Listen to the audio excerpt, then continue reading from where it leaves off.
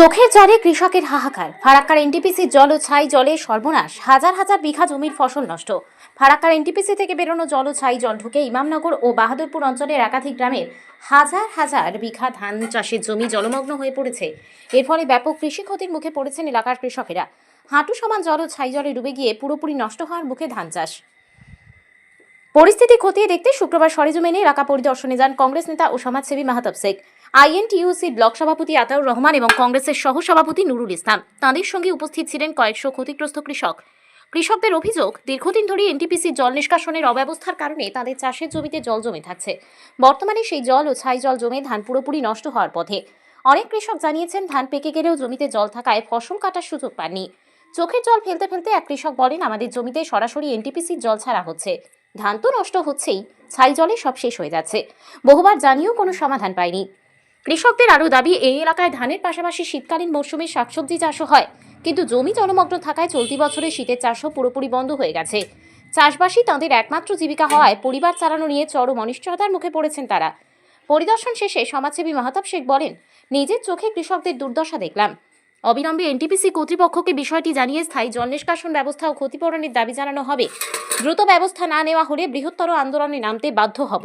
এদিন কয়েকশো ক্ষতিগ্রস্ত কৃষক একত্রিত হয়ে নিজেদের ক্ষোভ ও দুর্দশার কথা তুলে ধরেন। কৃষকদের একটাই দাবি, এনটিপিসির জল নিষ্কাশনে স্থায়ী সমাধান এবং নষ্ট হওয়া ফসলের উপযুক্ত ক্ষতিপূরণ। তো অ্যাসপন্ডের জল নামছে মাঠে মাঠে, কোনো ফসল হচ্ছে না। এখানে সব রকমই চাষ হতো, কিন্তু এখন তো জলের জন্য কোনো চাষই হচ্ছে না। ওই ধান হয়, ধানটাও তুলতে পারছে না। বাকি চাইছি এই জলটা বন্ধ হোক। কোথা থেকে? অ্যাসপন্ড থেকে, এনটিপিসি অ্যাসপন্ড থেকে। কিভাবে আসছে? এই তো দেখতে পাচ্ছেন, এদিকে ক্যামেরা ঘোরালেই দেখতে পাবেন অ্যাসপন্ড থেকে কিভাবে নামছে। যেখানে সেখানে পাইপ লাগানো আছে, ড্রেনের কোনো নিষ্কাশনের ব্যবস্থা নেই।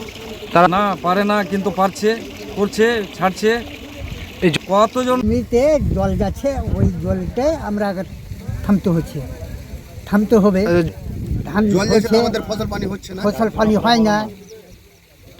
এই কারণেই যে অ্যাসপন থেকে যে জল বেরোচ্ছে, এখনই দেখলেন যে জল সরাসরি অ্যাসপন থেকে বেরিয়ে মাঠে চলে যাচ্ছে।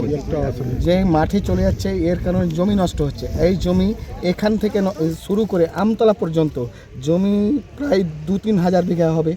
এই জমিতে ফসলই হচ্ছে না। এইরকম জল জমে থাকলে কি আর ফসল হয়? ওই জন্য 500 বিঘা জমি না 5,500 নষ্ট হচ্ছে। 5,500। ঠিক আছে, আমরা বললাম যে ঠিক আছে, আমরা আগে ভিজিট করে দেখবো।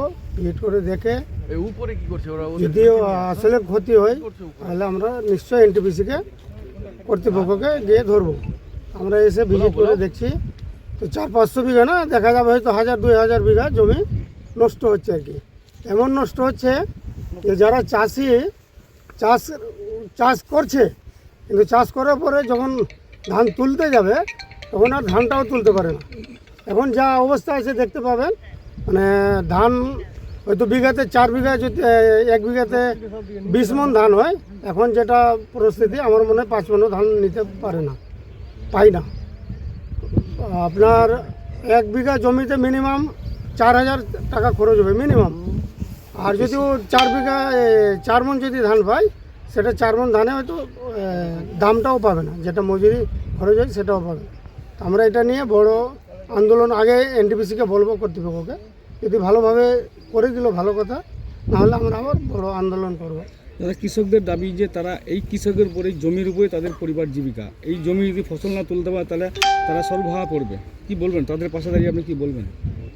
তাদের পাশে আছি আমরা। এর আগে তো বলেছি, মানে ওনারা বলেছেন। তারপরে জল প্রক্রিয়া এসেছিলাম, জল প্রক্রিয়া তো বললো আপনার এতে ধুবড়ি বন্যায়